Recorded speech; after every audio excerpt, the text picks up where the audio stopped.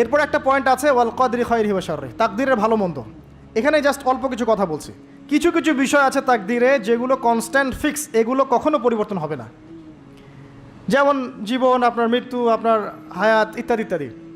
কিছু বিষয় আছে যেগুলো ঝুলন্ত, মুআল্লাকা, এগুলো ভালো কাজ দিয়ে পরিবর্তন হয়, দোয়া দিয়ে পরিবর্তন হয়, নেকির কাজ দিয়ে, তাকওয়া দিয়ে পরিবর্তন হয়। যেমন কেউ যদি আত্মীয়তার সম্পর্ক বজায় রাখে, তার রিজিক বাড়বে, তার হায়াতে বরকত হবে।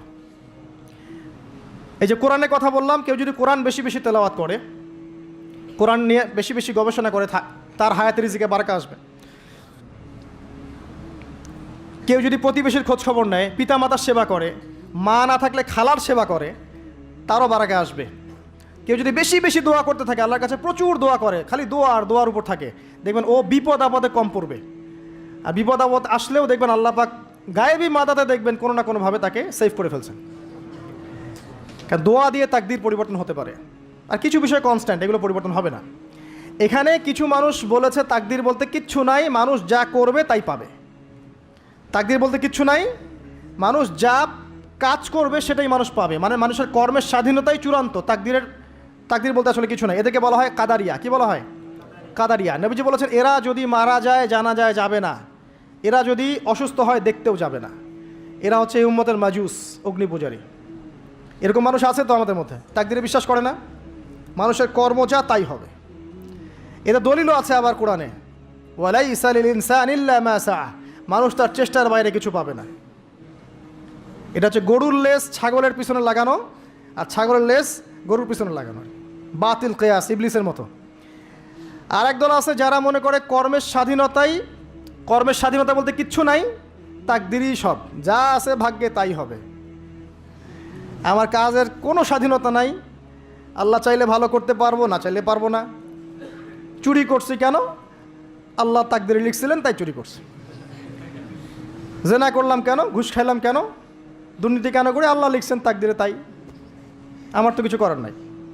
ওমর রাদিয়াল্লাহু আনহুর কাছে এরকম একজন ব্যক্তি আসছিলেন, একদিন বলছিলাম আমি, এসে বলছে আমি তো চুরি করি নাই, আল্লাহ তাকদীরে লিখছেন তাই আমি চোর হয়েছি। ইবনুল খাত্তাব তিনি বললেন যে ঠিক আছে, কোনো সমস্যা নাই, যে আল্লাহ তোমার তাকদীরে লিখেছেন তুমি চুরি করবা, সে আল্লাহ আমার তাকদীরে লিখেছেন আমি তোমার হাত কেটে ফেলবো। এই আর কি। এদেরকে বলা হয় আবার জাবারিয়া। এদের নাম কি? জাবারিয়া। এদেরও দলিল আছে, আম লিল ইনসানি মা তামান্না ফালিল্লাহিল আখিরাতু ওয়াল উলা, মানুষ যা চায় তাই কি সে পাবে? আল্লাহর হাতেই সমস্ত ক্ষমতা। মানে এরা হয়েছে কি, দুজন দুই দুয়ারে চলে গেছে আর কি। এর মাঝখানে ব্যালেন্সটা কি? তাকদীর আল্লাহর হাতে।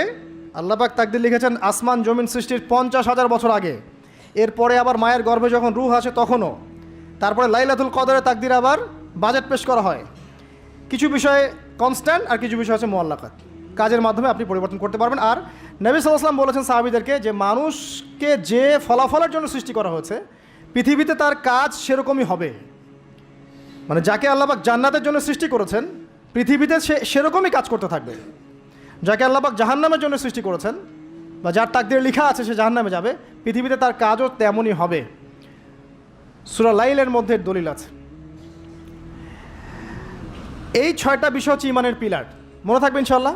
আল্লাহর প্রতি বিশ্বাস, মালায়েকা, কুতুবিহি ওয়া রুসুলিহি ওয়াল ইয়াউমিল আখির ওয়াল কদরি খায়রি ওয়া শাররি। এই 6টা পিলারকে মনে বিশ্বাস করা, মুখে স্বীকার করা আর কাজে বাস্তবায়ন করার নাম হচ্ছে ঈমান। মনে থাকবে ইনশাআল্লাহ। মনে বিশ্বাস, মুখে স্বীকার আর কাজে বাস্তবায়নের নাম কি? ঈমান। শুধু মনে বিশ্বাস করি, কাজ নাই, ঈমান আছে? ঈমান আছে, নামাজ পড়ি না, চলবে? চলবে না। এখানে 2টা দল আছে, ভালো করে বোঝেন এই জায়গাটা। এক দল হচ্ছে মনে করে জাস্ট মুখে লা ইলাহা ইল্লাল্লাহ একবার বললেই জান্নাত। কথা বুঝতে পারছেন? এদেরকে বলা হয় মুরজিয়া। কি বলা হয়? মুরজিয়া, মানে শৈথিল্যবাদী। আরেক দল আছে যারা মনে করে মানুষ কবিরা গুনাহ করলেই কাফের হয়ে যায়, এদেরকে বলা হয় খারেজি। কি বলা হয়? খারেজি। পৃথিবীতে যত দেশে দেশে এই যে জঙ্গিবাদ ছড়িয়ে পড়েছে, এর মূল আকীদা হচ্ছে এই যে খারেজি আকীদা, যারা মনে করে যে কেউ যদি কবিরা গুনাহ করে কাফের হয়ে যাবে, অতএব তাকে মারা জায়েজ আছে। এই জন্য তাকে মারা, তার রক্তকে হালাল মনে করা, তার সম্পদ লুটে নেওয়া, এগুলো ওরা জায়েজ মনে করে, নেকির কাজ মনে করে। এটা খারেজি আকীদা। আর মাঝখানের আকীদা হচ্ছে আহলে সুন্নাহ ওয়াল জামায়াতের আকীদা। সেটা হচ্ছে মনে বিশ্বাস, মুখে স্বীকৃতি, ঠিক আছে, এটা বেস। আর কাজ হচ্ছে ফুরু বা শাখা।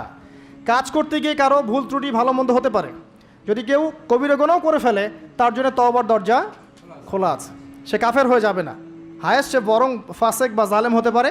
এই অবস্থায় মারা গেলে আল্লাহ তার বিচার করবে। এই হচ্ছে আহলুস সুন্নাহ ওয়াল জামায়াতের আকীদা। এরপরে ওই ব্যক্তি বলেন আপনি সত্য বলেছেন। আবার প্রশ্ন করলেন মাল আখবিরনি আনিল ইহসান, ইহসান কাকে বলে? নবীজি উত্তর দিলেন আল ইহসান আন তা'বুদাল্লাহা কাআন্নাকা তারাহ। তিনি বললেন ইহসান হচ্ছে তুমি এমনভাবে আল্লাহর ইবাদত করবে যেন তুমি আল্লাহকে দেখতে পারছো। ওয়া ইল্লাম তাকুন তারা ফাইন্নাহু ইয়ারাক, তুমি যদি আল্লাহকে দেখতে না পারো বিশ্বাস রাখবে আল্লাহ তোমাকে দেখছেন। এই যে এই কনসিয়াসনেস, আল্লাহ কনসিয়াসনেস নিয়ে ইবাদত করার নাম হচ্ছে ইহসান। ইহসান যে ব্যক্তি আয়ত্ত করতে পারবে সে হবে মুহসিন, মুসলিম, মুমিন, মুত্তাকি, মুহসিন, একদম হাইয়েস্ট লেভেল।